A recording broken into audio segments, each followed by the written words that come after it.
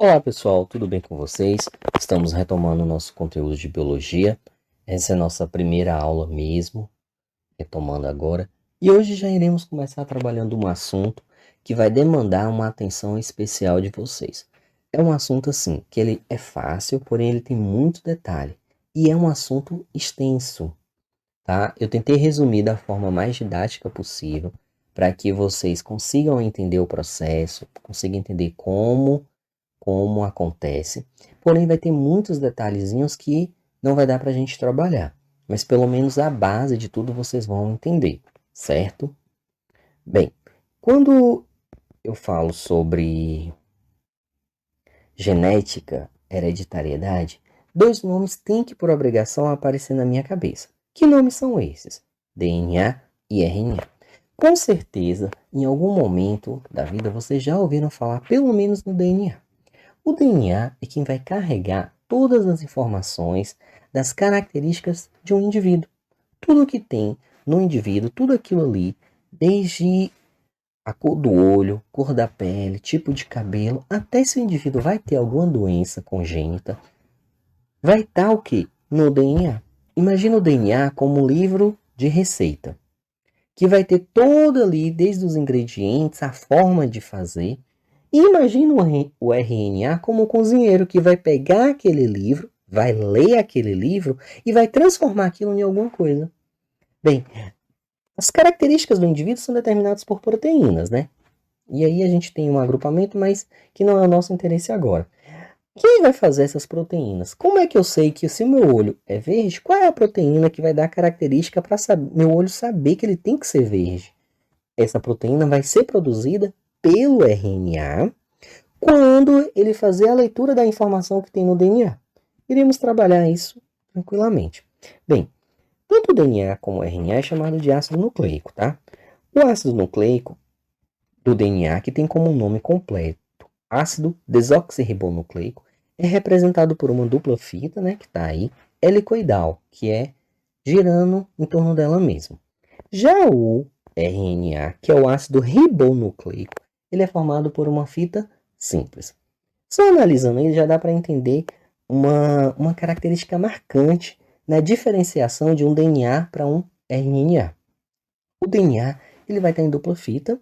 Às vezes pode acontecer que ele quebre as pontes de hidrogênio que ligam uma fita na outra, mas isso em algum momento específico ali, ou da duplicação ou da transcrição do RNA. Mas normalmente ele vai estar em fita dupla. Já o RNA não, ele sempre vai estar em fita simples. Não é característica dele ter uma fita dupla, ó. É só a fita simples. Então, se tiver uma imagem que não tem uma identificação e tiver uma em fita dupla, você pode afirmar que ali é um DNA, certo? Continuando. De que é formado então o DNA e o RNA? Eles são formados por um agrupamento de vários milhares de nucleotídeos. Mas o que é um nucleotídeo? Um nucleotídeo é um agrupamento de 3 moléculas. Quais são essas moléculas? Tem um açúcar, que é essa pentose aqui. Aqui, essa pentose. Tem um grupo fosfato e tem uma base nitrogenada. A gente vai trabalhar mostrando o que é cada um. Podem ficar tranquilos. Agora, uma coisa que é extremamente importante. Esse cara aqui, essa pentose, que é um açúcar, ele é formado por uma unificação aí de 5 carbonos. Tem 5 carbonos na estrutura dele. Começando a contar, é muito importante vocês saberem isso aqui agora. Eu vou ter o carbono 1, o carbono 2, o carbono 3, e esse carbono é extremamente importante, o carbono 4 e o carbono 5. Perceba que, para esse nucleotídeo, o grupo fosfato vai estar ligado no carbono 5, certo? Ele vai estar ligado sempre aqui, ó, nesse carbono aqui, que está aqui, ó, nesse ponto aqui.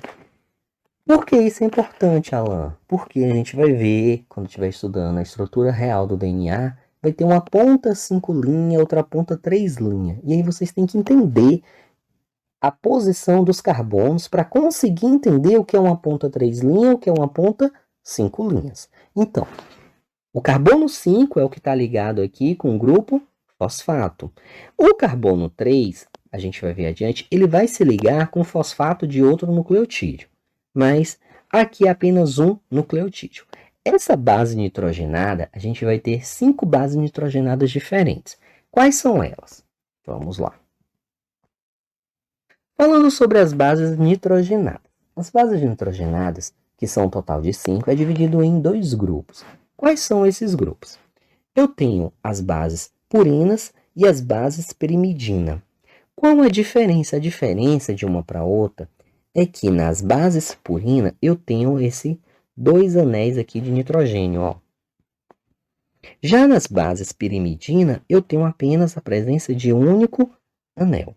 Quais são essas bases? São adenina, guanina, citosina, timina e uracila. Mas agora, uma coisa importante. Adenina, guanina e citosina, elas são presentes tanto no DNA quanto no RNA. Já as bases timina, ela é presente apenas no DNA. E a uracila é presente apenas no RNA. Muita atenção, muito importante isso daqui, ó. Adenina, guanina, citosina, presente em todas, tanto no DNA quanto no RNA. Timina, presente apenas no DNA. E a uracila, presente apenas no RNA. Tá? Continuando. Quando um nucleotídeo se liga a outro nucleotídeo, que vai se ligando a outro, a gente tem a formação de um polinucleotídeo. Bem, como que vai acontecer? Eu tenho a minha pentose, que é o açúcar, e aí a gente tem que sempre lembrar, ó, carbono 1, carbono 2, carbono 3, carbono 4, e aqui na ponta o carbono 5. É muito importante isso daí. Quando eu tenho a pentose, o fosfato e a base nitrogenada, eu tenho o quê? A união deles, ó. A pentose vai se ligar ao fosfato lá no carbono 5, e aqui no carbono 1 vai estar ligado à base nitrogenada, que pode ser quem? Adenina, guanina, citosina, timina para o DNA, uracila para o RNA. Quando eu tenho a formação desse conjunto de fosfato, do açúcar, que é a pentose, e da adenina, juntando com outro nucleotídeo por uma ligação aqui, ó. Eu tenho aqui, ó. Vamos lá, bora entender aqui, ó. Aqui, carbono 5 ligando a esse fosfato. Esse fosfato daqui vai se ligar com o nucleotídeo lá da outro, com carbono 3 do outro nucleotídeo, sempre assim. Essa ligação aqui é uma ligação chamada de fosfodiéster. É essa ligação. E aí, a gente sempre vai ter essa ligação, ó. O fosfato se ligando ao carbono 3. O fosfato se ligando ao carbono 3 do outro nucleotídeo. O fosfato se ligando ao carbono 3 do outro nucleotídeo. E assim eu posso ter uma cadeia formada por milhares de nucleotídeos. E isso daqui está formando uma fita. Porém, eu tenho que lembrar que o DNA é formado por uma dupla fita. Já pensando aqui agora na questão das pontas. Bem, analisando aqui. Deixa eu retornar aqui. Analisando, ó. Se eu for ver aqui, eu tenho nesse lugar aqui, ó, o carbono 3.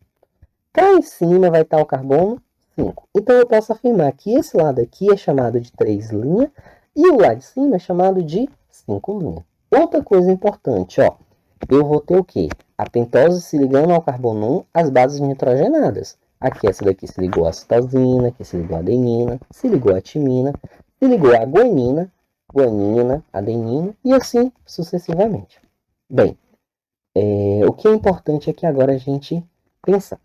Essas bases nitrogenadas, elas são complementares. Complementares como, Alan? Uma consegue se ligar à outra, porém, é específico essa ligação. Eu tenho a ligação da adenina com a timina e da guanina com a citosina. Isso tanto serve para a ida como serve para a volta, claro. Se a adenina liga com timina, logo timina liga com adenina. Se guanina liga com citosina, logo citosina liga com guanina. Aí a galera costuma até usar uma forma de memorar. Essa ligação aqui é chamada de Agnaldo Timóteo. E essa daqui de Gal Costa. Talvez vocês achem engraçado, vocês já achem besta isso daí, mas é uma coisa importante, viu? Tem hora que lá no sufoco a gente acaba lembrando por conta disso daqui. Bem, sabendo que a adenina vai se ligar com timina e guanina vai se ligar com citosina, vamos ver agora como é que ocorre a ligação do DNA. Aqui, ó. Eu tenho aqui uma fita, que é essa fita aqui, ó. Essa fita vai se ligar a uma outra fita. Mas, Alan, por que essa fita de cá está de cabeça para baixo? Porque precisa haver a ligação aqui, a junção, ó. Citosina com guanina, timina com adenina, timina com adenina, guanina com citosina, e assim até fazer todas as ligações. Bem, vamos imaginar aqui agora. Aqui é uma fita, aqui é a outra fita. Nessa ponta aqui, quem vai estar? O carbono 3. Na ponta de cá, quem vai estar é o carbono 5. Nessa ponta aqui, se aqui é 3, lá na parte de cima vai ter que ser 5. E aqui vai ser quem? 3. Isso daí é extremamente importante vocês saberem o que é uma ponta 3 linhas, o que é uma ponta 5 linhas. Porque a duplicação, a transcrição e a tradução vai ocorrer em sentidos específicos, que a gente vai ver lá na frente. Bem, eu estou falando para vocês que a citosina se liga à guanina, que a adenina se liga à timina. Ela se liga através de uma ligação chamada de ligação de ponte de hidrogênio. Entre a citosina e a guanina vai se formar 3 pontes de hidrogênio. Entre a adenina e a timina, formar 2 pontes de hidrogênio. Então, aqui 2, guanina e citosina 3, guanina e citosina 3, adenina e timina 2. Aqui está faltando, ó, a ligação aqui, ó, que é uma ligação chamada de ligação fosfodiéster. Agora vamos ver numa imagem que vai ficar melhor para vocês entenderem. Ó, tá vendo aqui o carbono, o DNA, ele em dupla hélice. Aí ele tá mostrando aqui, ó, que aqui você tem o quê? O D aqui representando o meu açúcar, minha pentose, a pentose. Aqui a base nitrogenada e aqui o fosfato. Olha lá, ó, como você tem, ó, aqui a adenina ligando com timina, essa adenina está ligada aqui a essa pentose que está ligado ao fósforo, que está ligado à pentose de baixo e assim formando tudo. Aqui você tem o que? A minha ponta 5 linhas. E aqui de baixo a ponta 3 linhas.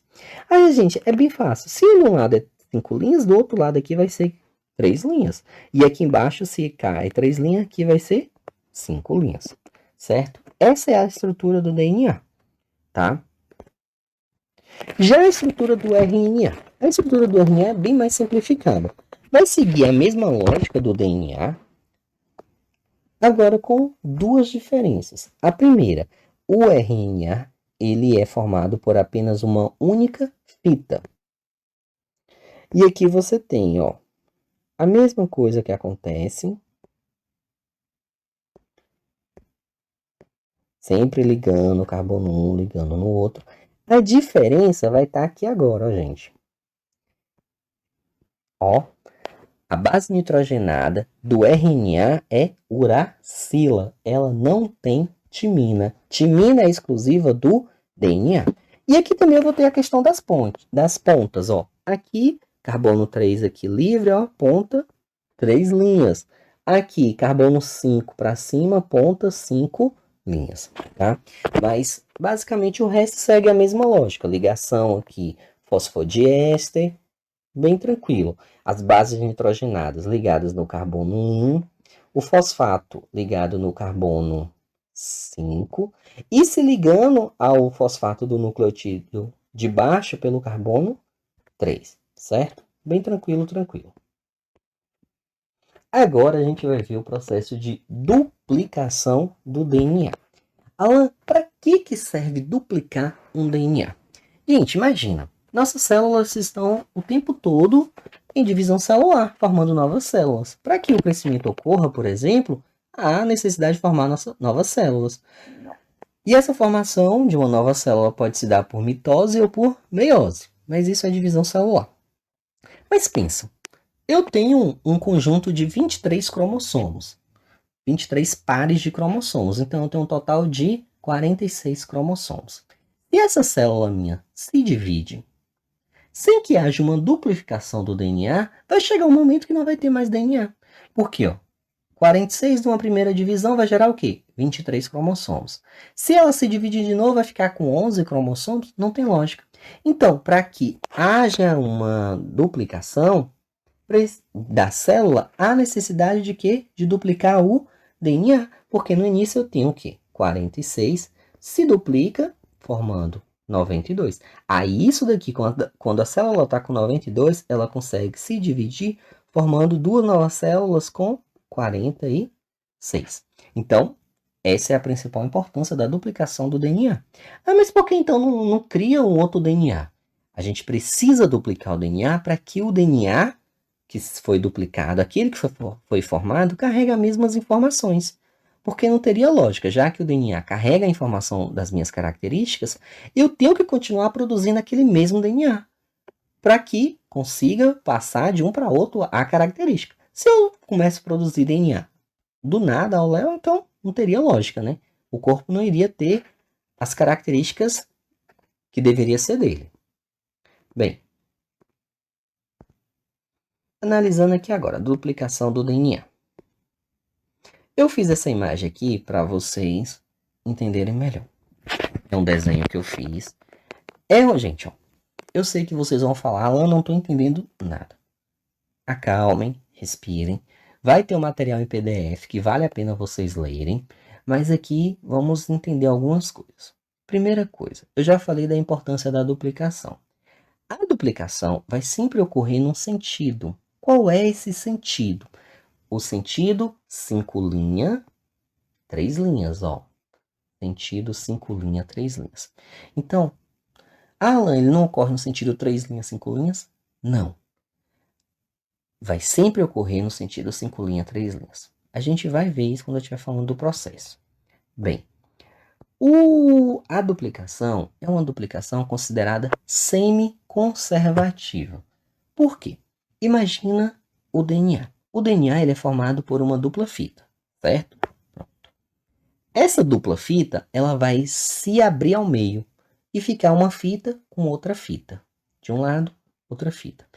A primeira fita original ela vai criar agora uma fita que seja complementar a ela, formando um DNA. A outra fita vai formar também uma fita complementar a ela, formando um novo DNA. Então, de um DNA antigo, original, eu tinha duas fitas. Formou-se dois novos DNA. Essa nova DNA vai carregar uma molécula, uma fita do DNA antigo e uma fita recém-formada. E a outra também vai carregar o outro cromossomo, o outro DNA vai carregar uma fita antiga e uma fita nova. Ocorre na fase da intérfase, mas isso é divisão celular. Sempre tem que obedecer aquele ligação, né? Adenina ligando com timina, guanina ligando com citosina. Ocorre vários pontos de duplicação. O DNA ele é extremamente enorme, então vai fazendo várias forquilhas de duplicação. Envolve enzimas específicas. Aqui agora toma muito cuidado, porque tem enzimas aqui que não vai aparecer no desenho, mas que vocês vão precisar saber. Eu tenho um total de 6 enzimas principais. Existem muitas outras enzimas que participam desse processo. Mas bem, quais são essas enzimas principais? A primeira enzima é a topoisomerase. Qual a função da topoisomerase? A função da topoisomerase é o quê? O DNA ele não é helicoidal, ele não é circular em volta dele mesmo? Bem, A função da topoisomerase é tirar as torções, é tentar alinhar o DNA para que ele fique reto, tá? Essa é uma das funções dele. Eu vou colocar assim, gente, de uma forma que talvez se vocês lerem um livro, vai estar muito mais funções. Mas eu estou trazendo de uma forma mais didática para que vocês consigam entender. Vai ter uma outra enzima chamada de helicase. Imagine a helicase como sendo uma tesoura que vai cortar as pontes de hidrogênio de uma base com a outra, separando as duas fitas. Pronto. Vai ter outra enzima chamada de primase. A primase vai ser responsável por criar o primer. O primer é onde vai começar a ocorrer o processo de duplicação. É formado por é como um pedaço de RNA que vai ser o início do processo de duplicação. Vai ter também as proteínas SBB. Qual a função dessas proteínas? Quando as helicases abrem o DNA, abrem as pontes de hidrogênio, elas ficam querendo se ligar novamente. Então aí as proteínas SBB se ligam para impedir que as pontes de hidrogênio se unam novamente, ligando as bases nitrogenadas. Vai vir uma das enzimas que é a mais principal, que é a DNA polimerase, que é quem vai fazer a leitura de uma fita e pegar os nucleotídeos complementares e fazer a ligação, formando a nova fita. E vai ter a ligase. A ligase vai ser responsável por unir os fragmentos de Okazaki. Relaxa, a gente vai conseguir chegar lá. Bora lá, bora analisar essa parte aqui agora. Você tem o que? Uma fita, 5 linhas, e outra aqui, 3 linhas aqui. Ó. Esse daqui é o meu DNA antigo, é o DNA que vai ser duplicado. Ele vai ser quebrado aqui no meio, ele vai ser cortado aqui no meio, certo? Bem, da fita 3 linhas, que é essa daqui, ó, vai originar o que? Uma nova fita, e essa fita nova, que está aqui em azul, ela sempre vai crescer no sentido 5 linhas, 3 linhas. Então, ela vai crescer aqui, ó, para baixo, até completar novamente. Do lado de cá, o sentido de crescimento 5 linhas está cá embaixo, ó, então ela vai crescer, ó, para cima. Mas ela é porque ela não começa aqui e desce. Se ela começar aqui, se do lado de cá é 5 linhas, automaticamente do lado de cá tinha que ser 3. E o DNA ele não vai ser duplicado no sentido de 3 linhas, 5 linhas. Sempre no sentido de 5 linhas, 3 linhas. E isso, no caso, a nova fita formada, certo? Aí aqui agora eu tenho, ó, os dois novos DNA. O DNA que foi formado e o DNA que foi formado. Perceba que essa fita em preto era a fita que vinha lá, ó, do original. A fita em azul é a fita nova criada. A mesma coisa acontece aqui, ó. A fita preta é a original, a fita azul é a fita que foi criada. Mas bem, eu vou mostrar aqui um pouco de como vai acontecer o processo, mostrando as enzimas. Aqui, nessa região aqui, ó, para cá, eu tinha o DNA normal, DNA circular. Bem, eu falei para vocês que vai ter a topoisomerase. A topoisomerase, que é essa daqui, ó, ela vai fazendo o quê? Ela vai distorcendo o DNA para que ele fique reto. Depois vai vir a helicase. A helicase ela vai vir cortando aqui, ó, os fragmentos, ó, cortando aqui as pontes de hidrogênio para que as duas fitas se abram. Depois disso, o que acontece? Ó? Topoisomerase distorceu. Helicase abrir, vai vir as proteínas aqui, ó, as SBB, que está aqui em verde, que vai fazer o que? Elas não vão deixar que o DNA, quando a helicase passar, se junta novamente. Não permite que as fitas aqui venham se juntar novamente, certo? Pronto. Passou a topoisomerase, passou a helicase, as proteínas se ligou, vai vir a primase, que vai criar esse primezinho aqui, ó. O prime é onde a DNA polimerase, que é essa outra enzima aqui, vai começar o processo de duplicação. Bem, aqui, ó, aqui eu já tenho essa fase contínua, que eu tenho aqui, ó, os 5 linhas, que está começando a formar o que? Esse novo DNA, ó.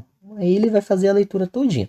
Mas o outro lado, que é essa fita aqui, se ela começar a ler aqui, ela vai estar lendo no sentido 5 linhas e estaria formando a outra fita no sentido de 3 linhas, e isso não pode acontecer. O que vai acontecer então? Ela não pode ir lá para outra ponta, que está lá no canto, e começar vindo para cá, porque a helicase ela vai cortando aqui, ela não espera cortar todinha para ir fazer o processo. Aí ele sempre vai fazer o seguinte, ó, a DNA polimerase, ela rompe um pouquinho, aí vem no sentido, ó. De lá para cá é o sentido o quê? 5 linhas, 3 linhas. Aí vem fazendo, ó. Rompeu, voltou aqui. Aí a helicase, que a helicase começou a cortar aqui, ó, na verdade, né? Vou apagar aqui para ficar mais fácil. A helicase começou a cortar aqui. Essa DNA polimerase já se uniu aqui, já foi, ó, seguindo a vida dela. A de cá não. Primeiro ela foi aqui, ó. Tava cortando, ela veio até aqui, aí voltou fazendo essa nova fita. Quando chegou aqui, acabou, ela seguiu, veio para cá.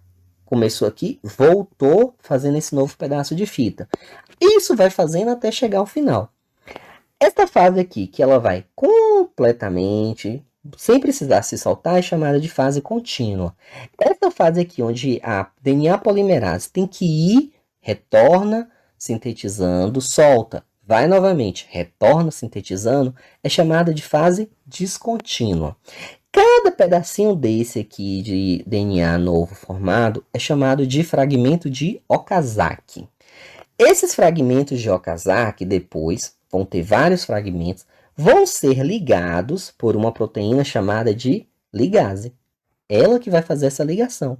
Aí, depois desse processo, as ligases já ligou os fragmentos de Okazaki. Já acabou o processo, eu vou ter o quê? Um DNA aqui, outro DNA aqui. A mesma coisa. Porém, uma foi o quê? Continuamente a DNA polimerase foi completa e a outra, ela ia, sintetizava, voltando, sintetizando no sentido 5 linhas, 3 linhas. Deixa eu limpar a tela aqui. Pronto, ó.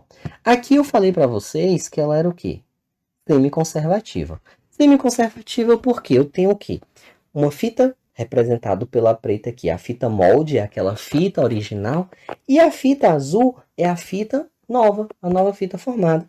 Então perceba que em cada um desse novo DNA, eu tenho a parte antiga e a parte nova. A fita aqui formada e aqui a fita antiga. Por isso que ela é chamada de semiconservativa, porque ela conserva a metade exata do DNA original.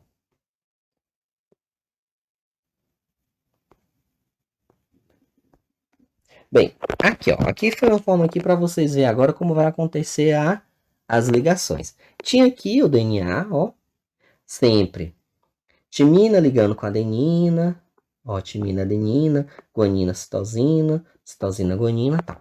Aí nesse momento aqui era que estava ocorrendo o processo de duplicação. Imagina que está ocorrendo de lá para cá. Ó. Aqui eu já tenho uma nova fita ligada, ó. Se separou e aí começa a formar da mesma forma, ó. Adenina ligando com timina, timina com adenina, adenina com timina, guanina com citosina, guanina com citosina. Sempre isso daí, viu? Aí eu tenho o quê? Representado de azul aqui, de verde, a fita molde, representada aqui de rosa, a fita nova formada. Certo?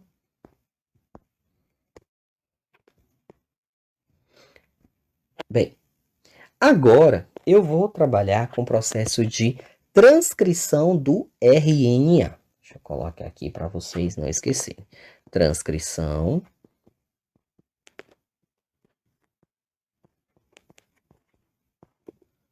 do RNA. Transcrição do RNA. Alan, o que é a transcrição? Gente, transcrever um RNA é pegar o DNA e, a partir do DNA, criar o RNA. Basicamente é isso. Bem, quais as informações que eu tenho que lembrar? O RNA, que vai ser esse cara aqui que vai ser formado, esse cara formado, ele vai ser uma única fita. Pronto, enquanto o DNA tem dupla fita, o RNA tem uma única fita. E a outra diferença é o quê? É que o RNA não vai ter timina, vai ter uracila. O resto é bem simples, ó. O DNA está aqui, nesse período aqui ele ainda está enovelado, enrolado. Aqui vamos imaginar que eu botei de uma forma aqui para ele ficar reta, para ficar mais fácil para vocês entenderem. Bem, vai vir uma enzima chamada de... Deixa eu limpar a tela aqui. Uma enzima chamada de RNA polimerase, que vai vir aqui, ó, fazendo a leitura disso daqui, ó. Ela vai ler no sentido de 3 linhas, descendo, e formando o novo RNA no sentido de 5 linhas, 3 linhas. Então, o RNA sempre vai ser formado no sentido 3 linhas, 5 linhas. Porém, a fita de DNA que está servindo como molde para formar o RNA, ela vai ser lida no sentido 3 linhas, 5 linhas. Aí aqui, ó, perceba. Ela vem aqui, ó, lendo. Leu aqui uma adenina. Se ela leu uma adenina, no RNA ela vai colocar aqui em uma uracila. Mas a lã não é uma timina, mas lembra que no RNA não tem timina. Aí ela viu aqui, ó, uma timina, botou aqui em uma adenina. Viu outra timina, botou quem? Adenina. Viu guanina, botou citosina, citosina, guanina, timina, adenina, adenina, uracila, timina, adenina, citosina, guanina, e assim até chegar no final. Ou seja, eu estou criando um RNA pela leitura que eu tenho do DNA. Aí lembrando que, ó, se no DNA eu vou ter uma adenina, no RNA eu vou ter uma uracila. Se no DNA eu tenho uma guanina, no RNA eu vou ter uma citosina. Se no DNA eu tenho uma timina, no RNA eu vou ter uma adenina. Tranquilo? Então, esse é o processo de transcrição do RNA. É formar um RNA a partir do DNA. Aí, depois que o RNA é formado, vai haver uma coisa chamada de processamento. O gene do DNA, gente, que é o tipo, por exemplo, o gene que vai determinar a cor do meu olho. É um gene que é formado por milhares de nucleotídeos. E tem espaços nesse gene que vai ter informação que não vai falar nada. Que são espaços que não tem necessidade nenhuma. Agora imagina, o RNA ele foi formado pela leitura completa lá do DNA. Porém, tem essas regiões aqui que são regiões que não servem para nada. Por que eu vou ter que, lá no processo de tradução, criar uma proteína para essa região aqui que não serve para nada? Aí vai acontecer uma coisa que é chamada de processamento do RNA, que é a retirada dessas regiões, que é chamada de intron.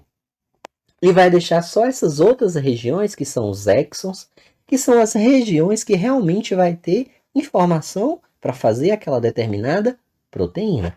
Aqui já é o RNA que vai ser usado para formar a proteína. Esse RNA é uma leitura do DNA, retirada essas regiões que não servem para nada. Apenas com região que vai dar a proteína que realmente eu preciso. Certo? Bem tranquilo. Bem, o RNA ele vai ser de 3 tipos diferentes. Eu vou ter o que? Ó? O RNA mensageiro, o RNA transportador e o RNA ribossômico. O RNA mensageiro é aquele que vai ser feito a partir do DNA. Ele é chamado de mensageiro porque ele traz a mensagem que é para fazer a proteína. O RNA transportador é aquele que vai transportar o aminoácido para fazer a proteína. Lembrando que uma proteína é um agrupamento de milhares, milhões de aminoácidos. E o RNA ribossômico, que é chamado de ribossoma ou ribossomo, é onde vai acontecer a leitura do RNA mensageiro e formação da proteína. Bora entender agora como é que é esse processo de formação da proteína. Bem, para entender o processo de síntese de uma proteína, eu preciso entender o código genético. O que é o código genético? Não tem aquelas letrinhas lá que eu represento como adenina, A de adenina, T de timina, tal. Pronto. Que são as bases nitrogenadas. O agrupamento dessas bases nitrogenadas, o agrupamento de 3, vai falar qual é o tipo de aminoácido que vai estar ali. E a gente tem no nosso corpo 20 tipos de aminoácidos. E é o agrupamento desses 20 tipos de aminoácidos que vai formar as proteínas. E aí eu vou ter o quê? A leitura lá daquele RNA é que vai me falar qual é a proteína. Por exemplo, o ribossomo leu lá e viu que tem um códon, uma trinca de 3 de 3 bases nitrogenadas, uracila, uracila, uracila. Ela leu isso, ela vai falar, ó, nesse lugar aqui tem que ter o aminoácido fenilalanina. Se por acaso ele leu e viu que tem um citosina, citosina, citosina, ele vai saber que naquele lugar lá tem que ter o aminoácido prolina. E nisso, gente, é chamado de código genético. Por que código genético? Porque aqui essas 20 proteínas aqui, fenilalanina, leucina, isoleucina, metionina, valina, serina, prolina, treonina, alanina, tirosina, histidina, glutamina, asparagina, lisina, ácido aspartico, ácido glutâmico, cisteína, arginina, serina e glicina é que vai formar todas as proteínas que existem. Mas Alan, se existem milhões de proteínas, como é que 20 aminoácidos vai formar? Porque vai depender da formação. Eu posso ter, por exemplo, metionina, guanina, guanina, metionina, prolina, prolina, prolina, prolina, arginina. E assim vai seguindo. Se eu mudo uma proteína de lugar, um aminoácido de lugar, eu já tenho a formação de uma nova proteína, certo? Outra coisa muito importante. A proteína só vai começar com um aminoácido chamado de metionina. E aqui eu vou ter o que é chamado de código de iniciação. Quando eu estiver fazendo a leitura lá do RNA, só vai começar a formar a proteína quando achar esse A ou G aqui, ó, lá na molécula. Lá na molécula não, lá na estrutura do RNA. E eu vou ter esses três aqui, ó, o GA, o AA e o AG, que é chamado códon de parada. Ou seja, quando ele estiver fazendo a leitura lá do RNA mensageiro e enxergar qualquer um desses três aqui, ele vai saber, ó, parar de fazer a proteína.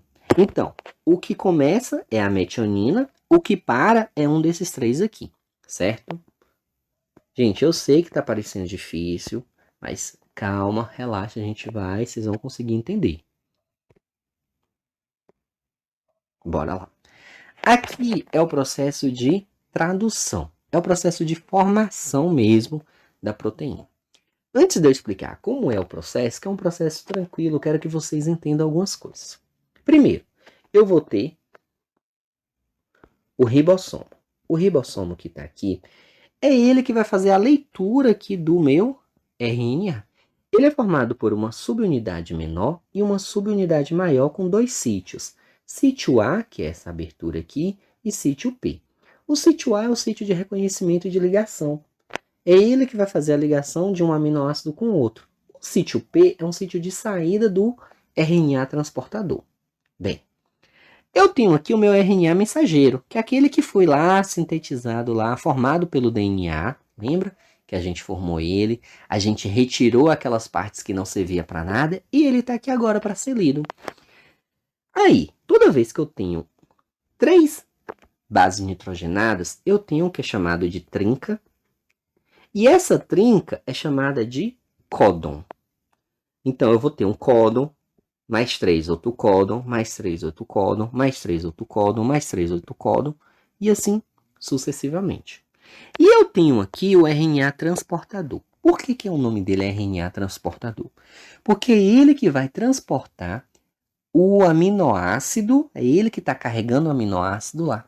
Mas como é que ele vai identificar qual é o aminoácido que ele tem que trazer? Por conta dessa região aqui chamada de anticódon. O anticódon, ele tem que ser complementar ao meu códon.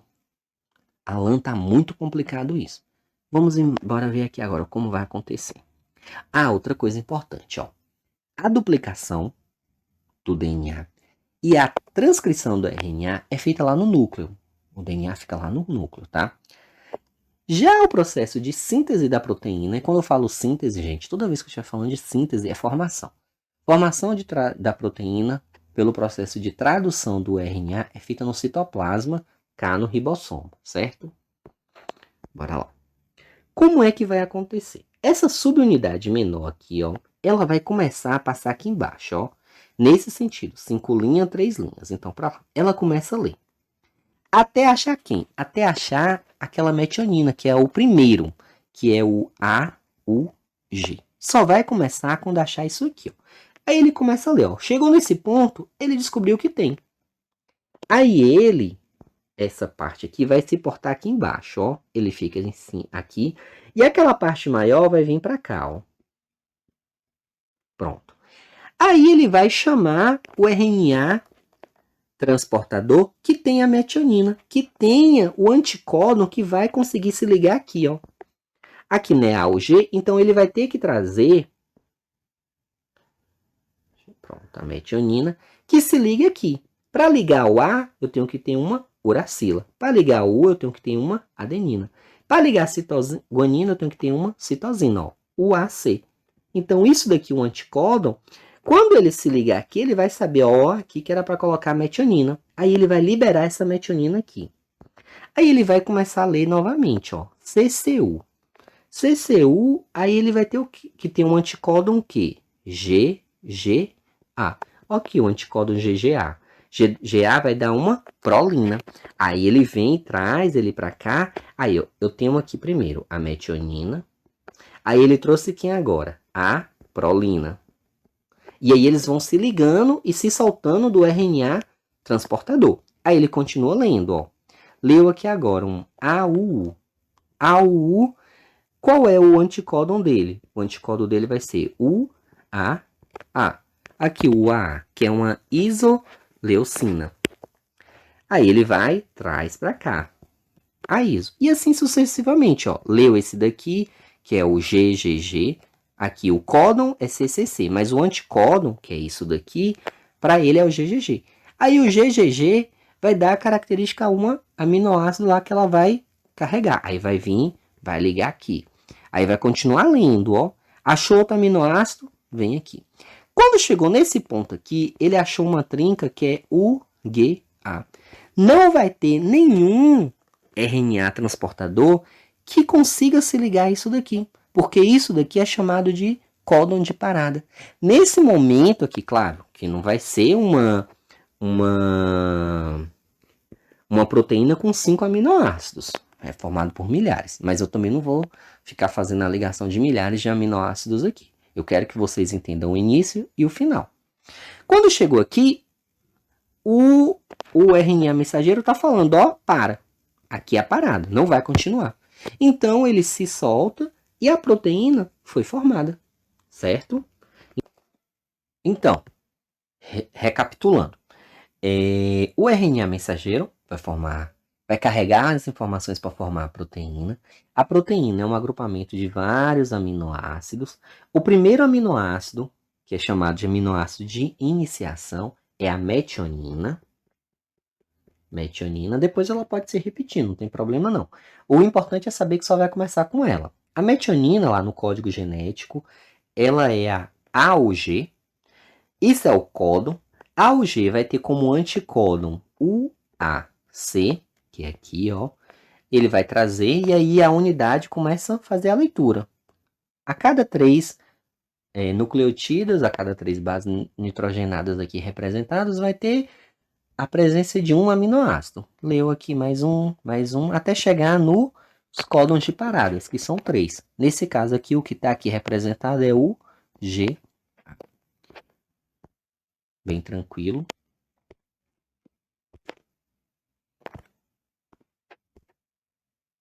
Aí, ó. Eu mostrei aqui que o aminoácido ele é formado o quê? Por milhares de... A proteína é formada por milhares de aminoácidos. Aqui, ó. Eu botei cada bolinha dessa daqui, está representando um aminoácido. E esse processo todo é devido graças ao quê? A tradução do RNA, que está trazendo informação do DNA. É complicado, mas se vocês ficarem, estudarem, assistirem novamente, procurarem outras fontes de pesquisa, vocês vão conseguir entender. Eu sei que tem muitas dúvidas, já estou preparado para vocês mandarem para mim. Mas mandem, gente. É complicado, mas se vocês pararem mesmo e estudar, vocês aprendem. Ah, mas isso não vai servir. Vai servir sim. Qualquer vestibular, qualquer NIM vai cobrar isso, tá? Até concurso. Eu mesmo já fiz concurso da Polícia Federal que tinha questão desse tipo aí. Eu consegui acertar. Eu sou formado em biologia. Mas Talvez aquela pessoa que não era formada em biologia achou esse assunto não era importante e não conseguiu responder a questão, certo? Então, qualquer dúvida me mande. Vocês vão responder a atividade que está no PDF que eu mandei para vocês, tá? A atividade eu vou fazer com base na aula para vocês ficarem bem tranquilos. Dúvida, reassista a aula. Se vocês ficarem me perguntando coisas que tem na aula, eu vou mandar vocês reassistirem, tá? Eu vou explicar coisas que talvez vocês não consigam entender. Mas aquilo, por exemplo, qual é o código de iniciação? Eu não vou ficar respondendo para vocês, vocês vão ter que assistir na aula. Então é bom vocês assistirem a aula com caderno, tá? Era para me ter falado no início, mas reassista de novo. Belezinha? Então é isso, galera. Eu tô tentando trazer um tom mais informal possível, o tom que eu uso na sala com vocês para minha aula, pra gente se sentir, por mais que vocês não estão me vendo, por mais que eu não tô no quadro lá escrevendo, para vocês se sentirem mais à vontade, certo? E é isso aí, e junto a gente vai conseguir. Valeu, galera!